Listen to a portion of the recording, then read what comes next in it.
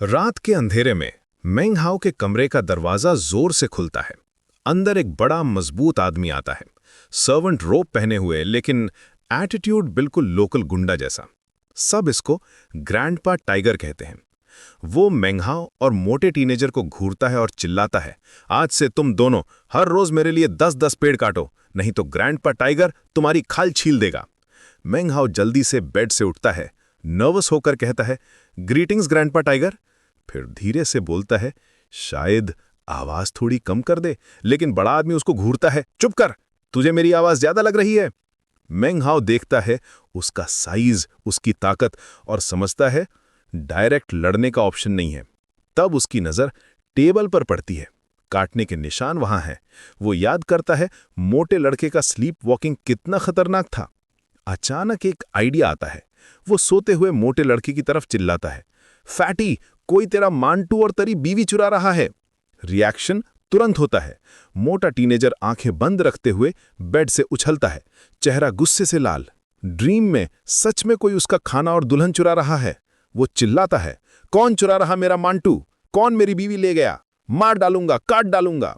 फिर वो हवा में हाथ पैर मारने लगता है जैसे पागल जानवर। ग्रैंडपा टाइगर शॉक में, फिर गुस्से में आगे बढ़ता है, मोटे लड़के को थप्पड़ मारने के लिए हाथ उठाता है। ग्रैंडपा टाइगर के सामने चिल्लाने की हिम्मत, थप्पड़ पड़ता है, लेकिन इसी वक्त मोटा लड़का उसकी बाह निकाल लेता है। बड़ा आदमी चीखता है, कितना भी हाथ हिलाए लड़का दांत नहीं छोड़ता। वो लात मारता है, मुक्के मारता है, लेकिन हर झटके से दांत और गहरे हो जाते हैं। आदमी का गोश्त फटने लगता है, खून निकलने लगता है, दर्द से पसीना छूट रहा है। उसके चीखने की आवाज बाहर जाती है। दूसरे सर्वेंट सुनते हैं। तब एक ठंडी आवाज आती है, क्या शोर मचाया है? ये हॉर्स फेस्ड यंग मैन की आवाज है, एल्डर ब्रदर, जो सर्वेंट्स का इंचार्ज है। ग्रैंडपा टाइगर की जान निकल जाती है। वो अपने बॉस को तंग नहीं करना चाहता, दर्द के बावजूद चिल्लाना बंद कर देता है। वो मोटे लड़के से मांगता है दांत छोड़े, और जल्दी से कहता है, एक्स्ट्रा 10 पेड़ नहीं चाहिए मुझे, बस छोड़ दे। मेंग हाओ को भी ये सिचुएशन रोकनी चाहिए। वो आगे बढ़ता है, मोटे लड़के को हल्का सा थप्पड़ मारता है और कान में धीरे से बोलता है, मांटू वापस आ गया, तेरी बीवी भी वापस है। मोटा लड़का तुरंत रिलैक्स हो जाता है, दांत छोड़ देता है, हवा में 2 मुक्के मारता है, फिर आंखें बंद रखते हुए बेड पर वापस गिर पड़ता है और सो जाता है। चेहरे पर बड़े आदमी के खून के दाग हैं। ग्रैंडपा टाइगर अब जख्मी और डर के मारे मोटे लड़के को एक आखिरी घबराई नजर देता है और बिना कुछ बोले भाग जाता है। एक्स्ट्रा काम का धमकी खत्म। मेंग हाओ खड़ा शॉक में देखता रहता है, मोटे टीनेजर की पावर को एडमायर करता है, फिर बहुत केयरफुली अपने बेड पर वापस आता है, रूममेट को जगाने का रिस्क नहीं, और सो जाता है। सुबह होती है, सूरज निकलता है, दूर से घंटी की आवाज आती है। ऐसा लगता है जैसे इस आवाज में कोई अजीब पावर है। सब लोग एक साथ जाग जाते हैं, काम पर निकल जाते हैं। मोटा टीनेजर आंखें खोलता है, कंफ्यूज्ड, पूरा शरीर दर्द कर रहा है, चेहरा छूता है, मेरे साथ कल रात क्या हुआ था? कोई मारपीटा था क्या? मेंग हाओ चुपचाप कपड़े पहनता है, फिर कामली बोलता है, कुछ नहीं हुआ, सब नॉर्मल था। जब मोटा लड़का कहता है चेहरा सूज गया है, मेंग हाओ बोलता है मच्छर ने काट लिया। जब मुंह में खून दिखता है, मेंग हाओ कहता है कल रात बेड से बार बार गिर गया था। दरवाजे पर रुककर सीरियस कहता है, फैटी, तू अपने दांत और तेज कर, शार्पन कर ले। मोटा लड़का हैरान होकर कहता है, मेरा पापा भी यही कहता था। दोनों लोग सर्वेंट लाइफ शुरू करते हैं। ड्यूटी लकड़ी काटना, हर एक का कोटा 10 पेड़ डेली। नॉर्दर्न सर्वेंट्स क्वार्टर के चारों तरफ पहाड़ियां पेड़ों से भरी हुई हैं, बड़े नहीं लेकिन घने जंगल जैसा। भारी एक्स उठाकर पहाड़ चढ़ना पड़ता है। मेंग हाओ का कंधा बांह दर्द से सुन्न हो रही है। मोटा लड़का सांस फूल रही है, शिकायत कर रहा है। किसी जगह रुककर लकड़ी काटना शुरू। एक्स ऊपर नीचे होते ही मोटा टीनेजर बोलता रहता है, मेरा पापा बहुत अमीर है, मैं भी अमीर बनना था, सर्वेंट क्यों बना दिया? ये मॉडल्स को लकड़ी क्यों चाहिए? मैजिक है ना उनके पास। मेंग हाओ थककर बोल ही नहीं पाता, पसीना बारिश जैसा टपक रहा है। गरीबी की वजह से कभी अच्छे से गोभी नहीं खा पाया था, शरीर कमजोर है। आधे घंटे में ही एक पेड़ के सहारे रुक जाता है, सांस ले रहा है। मोटे लड़के को देखता है, वो भी थककर कांप रहा है, फिर भी गालियां देकर एक्स मारता जा रहा है। छोटा है लेकिन फिजिकली स्ट्रांग। मेंग हाओ सिर हिलाता है, ची कॉन्डेंसेशन मैनुअल निकालकर पढ़ने लगता है। हर फ्री मिनट में स्पिरिचुअल एनर्जी सेंस करने की प्रैक्टिस। शाम होती है, मेंग हाओ सिर्फ 2 पेड़ काट पाया, मोटा लड़का 8। साथ में 10 नहीं बनते, मतलब सिर्फ एक बंदे का खाना मिलेगा। दोनों डिसाइड करते हैं मोटा लड़का खाना ले आएगा, दोनों बांट लेंगे। कमरे में खाके सो जाते हैं। रात में जब मोटे लड़के के खर्राटे शुरू होते हैं, मेंग हाओ जाग जाता है। आंखें लाल हैं नींद ना आने से, लेकिन डिटर्मिनेशन है। भूख थकान को इग्नोर कर मैनुअल खोल लेता है। सोचता है एग्जाम पढ़ते वक्त रात भर पढ़ता था, भूख से लड़ता था, अब कल्टीवेशन का गोल है। एग्जाम फेल हुआ तो कल्टीवेशन में भी हारूंगा क्या? आंखों में जिद चमक रही है, सर झुकाकर पढ़ाई शुरू। 1 महीना, 2 महीना, 3 महीने गुजर जाते हैं। मेंग हाओ का लकड़ी काटना इंप्रूव हो गया, 4 पेड़ डेली। लेकिन असली प्रोग्रेस स्पिरिचुअल एनर्जी में। आंखें लाल से लाल। फिर एक शाम वो क्रॉस लेगेड बैठा है, थक कर सांस ले रहा है। अचानक शरीर कांपने लगता है, हाथ पैर में चुभन। एक छोटी सी ची की धार उसके अंदर कंडेंस होती है, खून से निकलती है। स्पिरिचुअल एनर्जी फील होती है, तुरंत गायब हो जाती है, लेकिन रियल थी। मेंग हाओ आंखें खोल देता है, एक्साइटेड। थकान गायब, लाल आंखें चमकने लगती हैं। मैनुअल पकड़ लेता है। 3 महीने की मेहनत, कम खाना, कम नींद, हर मिनट स्पिरिचुअल एनर्जी पर, आखिर रिजल्ट मिला। शरीर में नई ताकत महसूस हो रही है। 2 महीने और गुजर जाते हैं। अब साल का 8वां महीना, गर्मी चल रही है।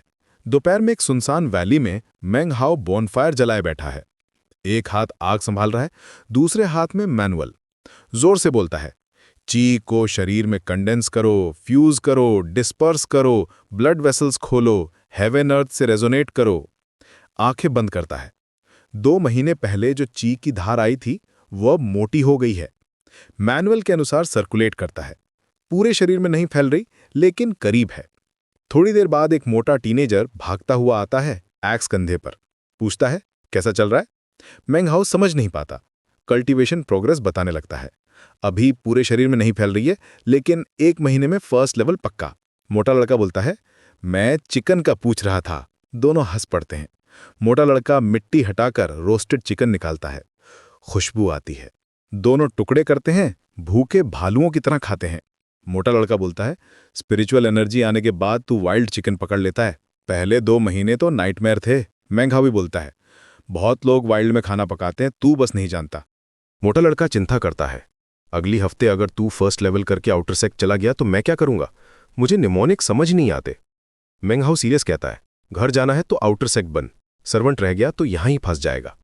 मोटा लड़का चुप हो जाता है, फिर डिटर्मिनेशन के साथ सिर हिलाता है। 6 दिन और गुजर जाते हैं। रात है, मोटा लड़का सो रहा है, खर्राटे। मेंग हाओ क्रॉस लेगेड बैठा है, मेडिटेट कर रहा है। 3 महीनों की मेहनत याद करता है। लकड़ी काटना, भूख, स्पिरिचुअल एनर्जी प्रैक्टिस करना। 2 महीने पहले जो की पहली बार आई थी उसको सर्कुलेट करता है। एक जोर का शोर दिमाग में। आज की रुकती नहीं, पूरे शरीर में फैल जाती है, हर कोने तक। मेंग हाओ को लगता है शरीर तैर रहा है। वो फर्स्ट लेवल ऑफ की कॉन्डेंसेशन रीच कर चुका है। उसी वक्त बाहर हॉर्स फेस्ड यंग मैन पत्थर पर बैठा आंखें खोलता है, मेंग हाओ के कमरे की तरफ देखता है, फिर बंद कर देता है। सुबह होती है। दूसरे सर्वेंट्स की जेलस नजरों के बीच मेंग हाओ 4 महीने के कमरे से बाहर निकलता है, हॉर्स फेस्ड यूथ के पास खड़ा होता है। मोटा टीनेजर दरवाजे से देखता रहता है, डिटर्मिनेशन आंखों में। हॉर्स फेस बोलता है, 4 महीने में फर्स्ट लेवल, जीनियस नहीं लेकिन बेवकूफ भी नहीं। फिर आउटर सेक्ट के रूल्स बताता है। हर महीने spirit stones plus medicinal pills मिलेंगे, लेकिन लूटिंग अलाउड है, गैंग्स बना सकते हो। पब्लिक एरिया को लोग किलिंग जोन कहते हैं। अपना खुद देख लेना। अपनी स्लीव हिलाता है। एक जेट स्लिप उड़ता हुआ मेंग हाओ के सामने रुक जाता है। कहता है, स्पिरिचुअल एनर्जी डालो, वो ट्रेजर पवेलियन ले जाएगा रजिस्ट्रेशन के लिए। मेंग हाओ सल्यूट करता है, मोटे लड़के को एक गहरी नजर देता है। जेट स्लिप एक्टिवेट करता है, वो हरा रोशनी करता हुआ आगे बढ़ता है। मेंग हाओ उसके पीछे चल पड़ता है। मेंग हाओ देखता है रिलायंस सेक्ट 4 माइन डैश पहाड़ियों पर बना है, east west north south peaks. हर पहाड़ के बीच में सर्वेंट्स क्वार्टर, ऊपर defensive spells, inner sect disciples और एल्डर्स। आउटर सेक्ट पहाड़ों के नीचे फ्लैट एरिया में है। ये पाट्रियार्क रिलायंस का पुराना रूल है। फॉग में घुसने पर वो गायब हो जाता है। सामने jade buildings, green roads, green robe वाले डिसाइपल्स इधर उधर। कुछ उसको घूरते हैं जैसे जानवर अपना शिकार देखते हैं। हॉर्स फेस की बात याद आती है। जेड स्लिप ले जाता है ब्लैक जेड बिल्डिंग पर, ट्रेजर पवेलियन। दरवाजा खुलता है, एक मिडिल एज्ड आदमी डीप ग्रीन रोब में बाहर आता है। जेड स्लिप उसके हाथ में। बोलता है, मेंग हाओ को आउटर सेक्ट में प्रमोट किया जा रहा है। हाउस, ग्रीन रोब, spirit tablet, bag of holding मिलेगा। स्पिरिट टैबलेट से ट्रेजर पवेलियन में मैजिक आइटम चुन सकता है। हाथ हिलाता है, एक ग्रे बैग मेंग हाओ के सामने आता है। Bag of holding. मेंग हाओ कंफ्यूज है। आदमी नोटिस करता है, समझता है ये नया है। बोलता है, स्पिरिचुअल एनर्जी डालो, स्पेस खुलेगा। मेंग हाओ ट्राई करता है, बैग ब्लर होता है, अंदर छोटा स्पेस, ग्रीन रोब, जेड स्लिप, कुछ आइटम्स। दूसरे डिसाइपल्स के वेस्ट पर देखा था यही बैग। बैग में मैप भी है, उसका नया हाउस मार्क किया हुआ। ये इमॉर्टल का आइटम मॉर्टल वर्ल्ड में सदियों का गोल्ड। आदमी कहता है ट्रेजर पवेलियन खुला है, अभी अंदर जाओ। मेंघाओ बैग रोब में डाल देता है, खुले दरवाजे को देखता है, गहरी सांस लेता है और एंटिसिपेशन से भरा हुआ अंदर कदम रखता है अपना पहला मैजिक आइटम चुनने के लिए। आशु, ये सिर्फ शुरुआत है। मेंघाओ अब आउटर सेक्ट में ऑफिशियली एंटर कर चुका है, लेकिन असली खतरा अभी शुरू होने वाला है। किलिंग जोन में सर्वाइवल, गैंग से बचना और सबसे इंपॉर्टेंट अपना पहला मैजिक आइटम चूज करना, जो उसकी पूरी कल्टीवेशन जर्नी डिसाइड करेगा।